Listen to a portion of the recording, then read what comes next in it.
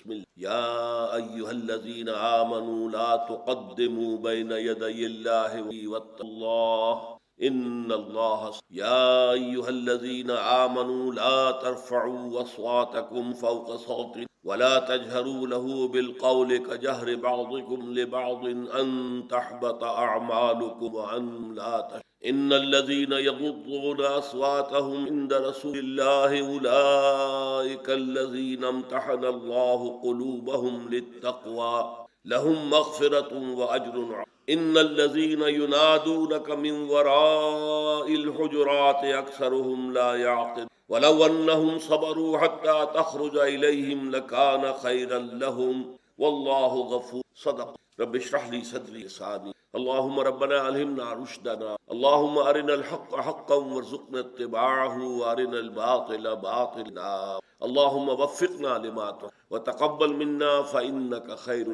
آمین یا رب۔ معزز حاضرین، خواتین علیکم، آج ہم اللہ کا نام لے مطالعہ قرآن منتخب نصاب کا مجالس اس کے حصے سوم کا آخری درس گجرات پر ذہن میں تازہ کر لیجئے کہ اس منتخب نصاب کا پہلا حصہ 4 جامع اسباق پر سورۃ العصر، آیت البر، سورہ لقمان کا دوسرا رکن، سورہ حمیم سجدہ کی آیات 30 تا 35، دوسرا حصہ پھر ایمانیات کے مباحث، اس کے بھی 5 درس، سورۃ الفاتحہ، سورہ آل عمران کی آیات 190 تا 95، پھر سورہ نور کا 5واں، پھر سورہ تغابن پوری کی، اور پھر سورہ قیامہ وہ بھی، پھر تیسرا حصہ شروع ہوا عمل صالح کی وضاحت اور تفصیل۔ اس میں ترتیب ہم نے یہ رکھی کہ ظاہر بات ہے کہ سب سے پہلے انڈیویجول، ایک فرد ہیومن بیجول ہی، اس کی سیرت و کردار کو کن بنیادوں پر استوار ہونا چاہیے، تعمیر ہو، یہ پہلا سبق تھا۔ اس لیے سورہ مومنون کی ابتدائی 11 آیات اور اس کی ہم مضمون سورہ معارج کی 17، ان 2 مقامات پر ایک درس۔ پھر ہم نے ایک جھلک دیکھی کہ ایک پوری طرح ایک تیار شدہ فنشڈ ایک شخصیت مکمل جو اللہ کو پسند، اس کے خد و خال کیا، اس کے ضمن میں وعباد الرحمن الذین علی اللہ کے بندے وہ ہیں، یہ سورۃ الفرقان کا۔ پھر تیسرا درس فرد سے اجتماعیت کی طرف پہلا قدم کیا ہے، عائلی زندگی، ایک مرد ایک عورت مل کر ایک خاندان کی بنیاد ڈالتے ہیں، یہ کن بنیادوں پر؟ اس میں جو 2 انتہائی صورتیں پیش آ سکتی، ان میں سے ایک کا تذکرہ سورہ طلاق میں ہے، اس کا حوالہ ہم نے دیا، وہ ہمارے اس نصاب میں شامل ہے۔ البتہ پھر دوسری ہے سورہ تحریم، وہ ہمارا مکمل اس منتخب نصاب کا حصہ ہے۔ وہ پھر یہ جو گھروندے ہیں، یہ گھر ہے، یہ خاندان ہے، یہ مل کر معاشرہ بنا، معاشرتی زندگی، اس معاشرتی زندگی کے کیا خد و خال ہیں، اسلام جو معاشرہ تعمیر، اس میں کیا خوبیاں پیدا کریں، کیا محاسن ہیں، کیا وہ ویلیوز ہیں کہ جو وہ چاہے گا کہ پروموٹ ہوں، اور دوسری طرف وہ سوشل ایولز کا کیا کانسیپٹ ہے، کن چیزوں کو ایریڈیکیٹ کرے گا، ختم۔ تو معاشرتی ویلیوز کے ضمن میں بہت ہی جامع اسباق، وہ سورہ بنی اسرائیل کے 3 اور 4 رکن، یہ ہمارا چوتھا۔ اب آج جو سورہ حجرات ہم پڑھنے لگے، یہ اجتماعی زندگی کی جو بلند ترین سطح ہوتی، ملی زندگی، سیاسی زندگی، اور آج کی جدید اصطلاح میں ہم کہیں گے ریاستی زندگی۔ ریاست کا کانسیپٹ جو ہے یہ زیادہ پرانا نہیں، پرانا کانسیپٹ حکومت کا، گورنمنٹ، لیکن یہ بہت ریسنٹ تصور، 200 سال سے زیادہ اس کی تاریخ نے، کہ انسان نے یہ سیکھا کہ ریاست اور شے ہے، حکومت اور شے۔ حکومت ریاست کو چلانے کا ایک ادارہ ہے، حکومت سے آپ اختلاف کر سکتے ہیں، آپ کو حق ہے، ہر شہری کو حق حاصل ہے۔ ریاست کے خلاف کریں گے تو آپ باغی۔ یہ جو فنڈامنٹل ڈفرنس ہے اسٹیٹ اینڈ گورنمنٹ، گورنمنٹ تو ایک ادارہ ہے، چلانے والا ادارہ ہے، لیکن یہ ہے کہ ریاست، اسلامی ریاست کے ان کیا ہے۔ پھر یہ کہ ملی زندگی میں استحکام کے لیے کیا ہدایات، یہ اہم ترین مضامین ہے میرے نظر، جو اس تیسرے حصے کے آخری سبق کے سورہ حجرات کی، یہ 18 آیات ہیں۔ اس سے پہلے ہم سورہ تغابن پڑھ چکے، وہ بھی 18 آیات، یہ بھی 18 آیات، اور اس میں ترتیب کچھ ایسے ہے کہ 3 حصے ہیں۔ پہلے حصے میں اسلامی پالیٹی، جس پالیٹکس یا پالیٹی، اسلامی ریاست، ملی زندگی، اس کی اساسات کیا ہیں، بنیادیں کیا ہیں، اہم ترین۔ دوسرے حصے میں مسلمانوں کی اجتماعی زندگی کو مستحکم رکھنے کے لیے، اس لیے کہ یہ امت اصل خیر کا ذریعہ ہے، کنتم خیر امت اخرجت للناس، تم بہترین امت ہو جسے دنیا والوں کے لیے برپا کیا، an instrument of good، بھلائی کا ذریعہ ہے، آلہ ہے۔ اب اگر وہ آلہ ہی ٹوٹا پھوٹا ہو تو اس سے کیا کام لیا؟ تو ملت کا استحکام، یہ بہت مضبوط ہو اپنی، تاکہ اس کے ذمے جو کام لگایا گیا شہادت علی الناس کا، وَكَذَلِكَ جَعَلْنَاكُمْ أُمَّةً وَسَطًا لِتَكُونُوا شُهَدَاءَ عَلَى النَّاسِ وَيَكُونَ الرَّسُولُ عَلَيْكُمْ شَهِيدًا، پوری دنیا کے لیے امر بالمعروف اور نہی عن المنکر کا فریضہ سونپا گیا ہے۔ كُنتُمْ خَيْرَ أُمَّةٍ أُخْرِجَتْ لِلنَّاسِ تَأْمُرُونَ بِالْمَعْرُوفِ وَتَنْهَوْنَ عَنِ الْمُنكَرِ وَتُقِيمُونَ اللَّهَ۔ تو جیسے آج کل ہم کہتے ہیں کہ فزیشین ہیل تھائی سیلف، اگر کہیں کوئی طبیب یا ڈاکٹر بیٹھا ہے وہ خود بیمار ہے، اس کے پاس کون آئے گا علاج کر؟ پہلے اپنا علاج تو کر لو۔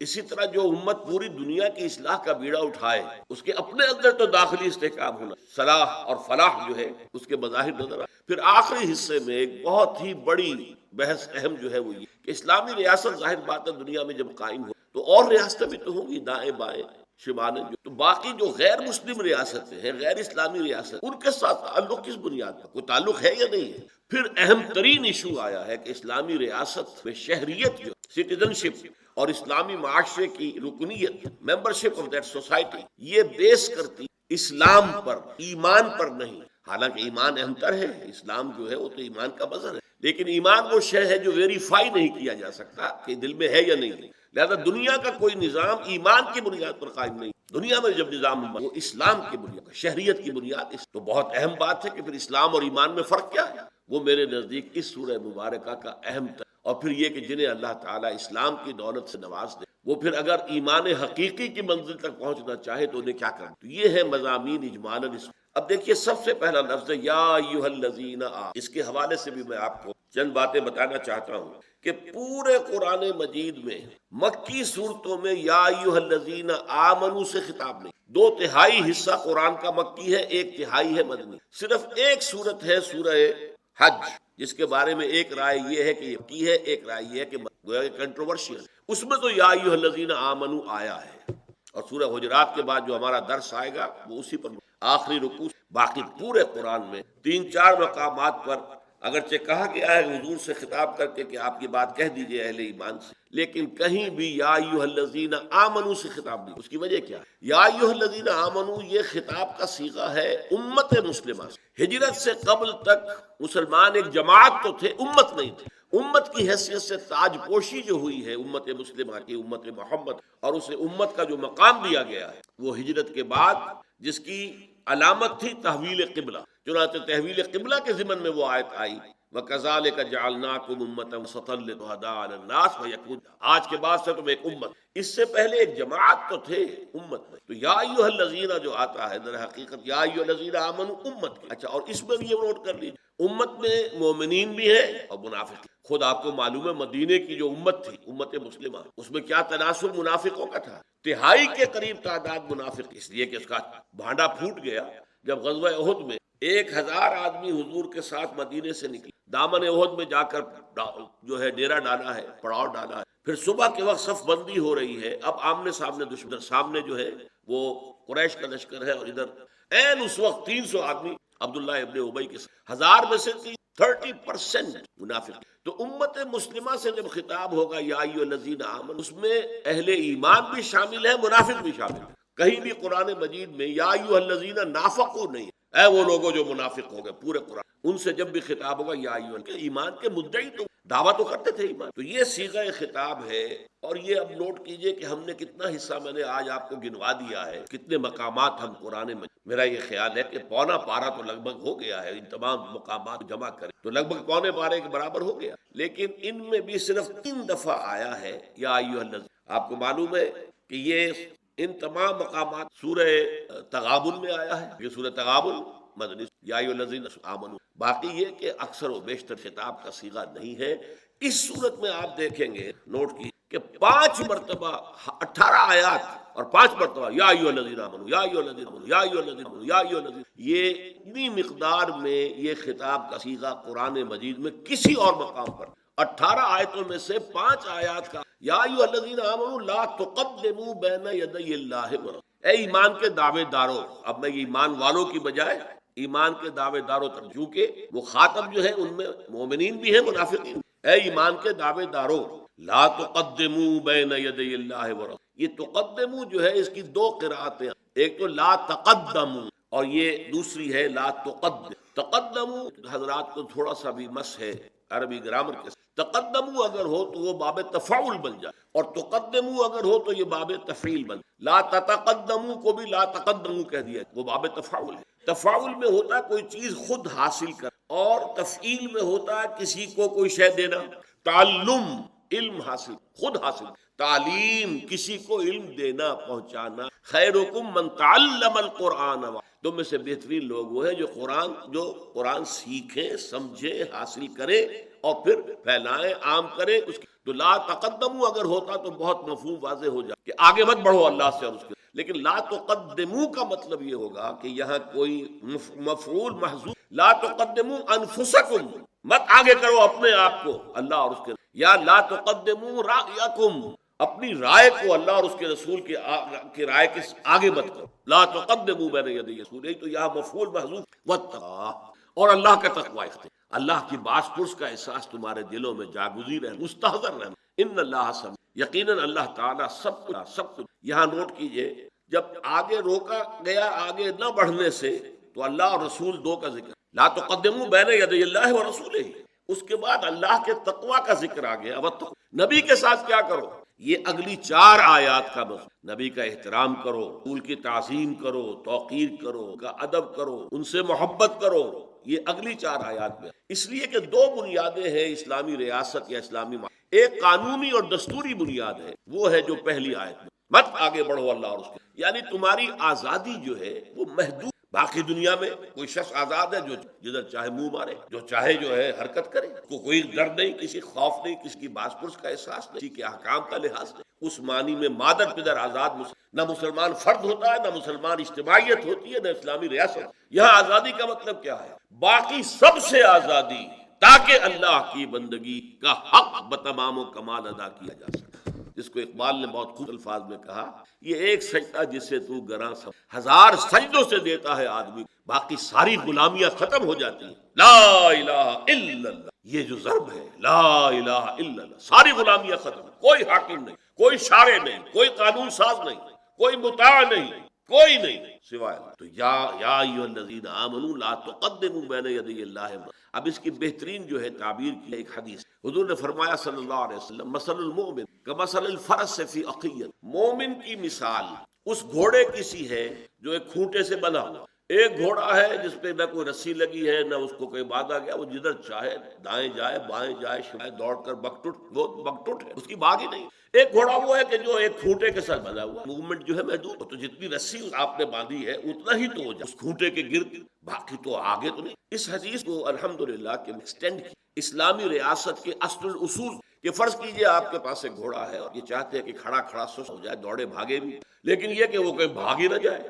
اب ایسا کیجئے کہ اگر کھلا میدان ہے، 200 گز لمبی رسی سے باندھ، کھوٹے کے ساتھ بندھا ہوا تو ہے لیکن رسی 200 گز ہے، تو اب 200 گز نصف قطر کا ایک دائرہ وجود میں آ جائے گا جس میں یہ گھوڑا آزاد ہے۔ 150 گز پہ جائے، 250 پہ جائے، مشرق میں جائے، شمال میں جائے، 200 گز تک چلا جائے، آگے 201واں گز آئے گا، نہ دائیں نہ بائیں نہ شمال نہ۔ یہ بہترین مثال ہے آزادیوں کی، پابند بھی ہے کہ 200 گز سے آگے نہیں جا سکتا، نہ مشرق میں نہ مغرب میں نہ شمال میں، نہ آزادی بھی ہے۔ اس 200 گز کا جو دائرہ ہے اس کے اندر بیٹھے لیٹے لوٹے ہوتا ہے اور گھوڑا جو چاہے کرے، لیکن یہ ہے کہ 201 وقت یہی معاملہ اسلامی ریاست کہ یہاں قرآن اور سنت کی حدود، یہ دائرہ جو 200 گز کا کھینچ دیا گیا، یہ در حقیقت قرآن و سنت کی حدود ہے، اس سے تجاوز نہیں کر سکتے۔ مت آگے بڑھو اللہ کے حدود، کہیں کہا جاتا ہے لا تقربوا حدود اللہ کے حدود کے قریب بن جاؤ، کہیں آتا لا تعتدوا، اللہ کے حدود سے آگے تجاوز نہ،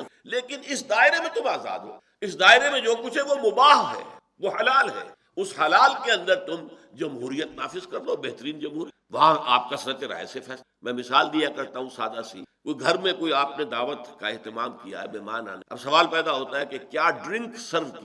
ایک بات صاف ہے کہ ہم شراب نہیں کر سکتے، وہ تو لا تقدموا بین یدی اللہ ورسولہ، وہ اس دائرے میں خارج۔ اب آگے آپ کوئی سافٹ ڈرنک کرتے ہیں، کوئی 7 اپ، کوئی اور جو ہے، یا کوئی آپ شربت جو ہے روح افزا رکھتے ہیں، یا کوئی لسی رکھتے ہیں، یہ آپ کے مرض۔ اس میں خاندان والے اگر آپس میں ووٹنگ کر کے فیصلہ کر لیں کہ زیادہ لوگوں کی رائے جو ہے وہ روح افزا کی ہے، اوکے نو ہارم۔ تو جو مباحات ہیں، مباحات کے درمیان فیصلہ کرنے کے لیے آپ رائے شماری کر سکتے ہیں، لیکن کسی رائے شماری سے 100% ووٹس بھی اللہ کی حرام کردہ کسی شے کو حلال نہیں کر سکتے، اور اللہ کی حلال کردہ کسی شے کو حرام نہیں کر سکتے۔ جیسے حرام کو حلال کرنا جرم ہے، اتنا ہی جرم حلال کو حرام کرنا۔ زندگی کا دائرہ محدود کیوں کرتے ہو تم؟ جو چیز حرام نہیں ہے وہ کاہے کو حرام کرو؟ آپ کو معلوم ہے چھوٹی سی بات تھی، اور اس میں حضور کی طرف سے وہ کوئی حرمت کا حکم نہیں آیا تھا کہ شہد یہ میں نہیں دوں گا تو پھر وہ حرام ہو گیا، اس پر بھی پکڑ ہو گئی۔ یا ایھا النبی لم تحرم ما احل اللہ لک تبتغی مرضات ازواجک،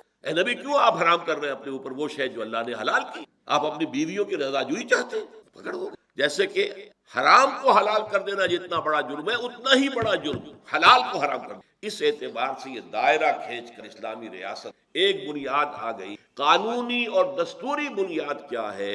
اب اس کو ہم کہیں گے اللہ اور اس کے رسول، اللہ کی کتاب، رسول کی سنت۔ اللہ کی کتاب اور رسول کی سنت سے تجاوز نہیں ہو سکتا۔ عجیب بات ہے، میں ایک مرتبہ سورہ حجرات کا تو وہاں جسٹس چیمہ صاحب بیٹھے ہوئے تھے پہلے سے، میں نے جب یہ بات کہ بین ہی یہی دفعہ پاکستان کے دستور میں موجود ہے، بات میں انہوں نے بتایا، میں چونکا کہ کون سی دفعہ کا حوالہ دینے؟ میں نے دفعہ 227 کا حوالہ دیا۔ No legislation will be done repugnant to the Quran and the Sunnah. میں نے کہا یہ صحیح ترین تعبیر ہے اس آیت کی، لا تقدموا بین یدی اللہ ورسولہ، no legislation will be done repugnant to the Quran and. لیکن بدقسمت وہ دفعہ فلی آپریٹو نہیں، بے ایمانی کے ساتھ اس کو منتھی کر دیا گیا کاؤنسل آف اسلامک آئیڈیالوجی، کہ کاؤنسل آف اسلامک آئیڈیالوجی غور کرتی رہے گی، سوچتی رہے گی، دیکھتی رہے گی، اور سفارشات پہ اب وہ کروڑوں روپے اس کاؤنسل کے اوپر خرچ ہوئے۔ اس کا بڑا بجٹ ہے، آفس ہے، سیکریٹریٹ ہے، لیکن اس کی سفارشات آ کے اور وزارت داخلہ اور وزارت قانون اور وزارت مالیات کی الماریاں بھر گئیں، کسی ایک کے اوپر بھی عمل نہیں، دستور میں پرووائڈڈ ہی نہیں۔ یہ سفارشات پیش کریں گی، آگے کہیں نہیں ہے۔ ان سفارشات کا کیا حشر ہوگا، وہ کس پروسیس کے تحت اڈاپٹ کی جائیں گی، اگر اس کو منظور کرنا ہے تو کس طور سے، اور نافذ کرنا ہے تو کس طور سے، نامنظور کرنا ہے تو کچھ۔ یہ چور دروازہ ہے، میں نے کہا ہے ہمیں پاکستان کا منافقت کا پلندہ ہے، اس میں پورا اسلام ہے، اللہ کی حاکمیت، یہ سورہ یہ قرارداد مقاصد میں موجود۔ اور نمبر 2 کتاب و سنت کی بالادستی، دفعہ 227 کی، no legislation will be done repugnant to. اسی طرح ایک مرتبہ یہاں کانسولیٹ جو ہے امریکن، اس کانسولیٹ کے یہاں ایک پولیٹیکل سیکریٹری کول، وہ میرے پاس آئے، انہوں نے کہا یہ آپ خلافت کی سمجھائیے، خلافت۔ میں نے کہا ویسے تو یہ مضمون بڑا لمبا ہو جائے گا، میں آپ سے کہتا ہوں take your American constitution, add 3 things، only 3، and it will become the best خلافہ of، بہترین خلافت بن جائے گی۔ اس لیے کہ میں باقی اعتبارات سے امریکہ کے دستور کو بہترین سوشل ایوولوشن جو ہے، پولیٹیکل ایوولوشن، اس کی ہائیسٹ لیول پر امریکن کانسٹیٹیوشن، اور یہ جو نظام ان کا صدارتی، یہ خلافت کے نظام سے قریب ترین۔ یہ نہیں ہے کہ ہیڈ آف دی اسٹیٹ اور ہے اور ہیڈ آف دی گورنمنٹ اور، پھر ان کے درمیان ٹکراؤ ہو رہا، پھر 58(2)(b) کا معاملہ آ جائے۔ ایک ہے توحید، ہے اختیارات کی توحید، صدر ہیڈ آف دی اسٹیٹ بھی ہے اور وہ ہیڈ آف دی گورنمنٹ۔ تو میں نے کہا 3 چیزیں ایڈ کر دیں۔ نمبر 1 لکھیے، اس ملک میں sovereignty belongs not to the people۔ Number 2، no legislation will be done at any level۔ میں لیول اس لیے کہا، فیڈرل لیول ہے، اسٹیٹ لیول ہے، کاؤنٹی لیول ہے، at any level which is repugnant to the book of God and the tradition of his۔ Number 3، non-Muslims here will be protected minority، will not be equal citizens of۔ یہاں قانون بننا ہے کتاب و سنت پر مبنی، اور وہ نہ کتاب کو مانے، نہ سنت کو مانے، نہ رسول کو مانے، تو کیسے ایسوسیٹ کریں؟ they will be protected minority۔ ان کا ذمہ لے گی ریاست، ان کی حفاظت کا، ان کے جان و مال کا، ان کی آبرو، انہیں باقی سارے حقوق حاصل ہوں گے۔ کاروبار کریں، ملازمتیں کریں، تجارت کریں، جو چاہیں کریں، جس کو چاہیں پوجیں، جیسی چاہیں اپنی عبادت گاہیں بنائیں، ان کی عبادت گاہوں کی حفاظت مساجد سے زیادہ کی جائے گی۔ لیکن they will pay taxes۔ جزیہ کیا؟ جزا ہے، بدلہ ہے، بدل ہے۔ ذمہ کون ہے؟ جس کا ذمہ لیا گیا، we are responsible for their safety۔ اور جزیہ وہ ٹیکس دے، مسلمان زکات دے گا، عشر دے گا، وہ اس نے کہا بعد میں۔ یہ ہے اصل میں یہ ایک موسٹ پروفاؤنڈ آیت کو، یا ایھا الذین آمنوا لا تقدموا بین یدی اللہ، لا تقدموا انفسکم یا لا تقدموا رأیکم بین یدی اللہ۔ ایک حد ہے تمہاری آزادی کی، اس سے آگے مت بڑھنا۔ اللہ اور اس کے رسول کے احکام جہاں آگے، فل سٹاپ۔ لا تقدموا بین یدی اللہ ورسولہ۔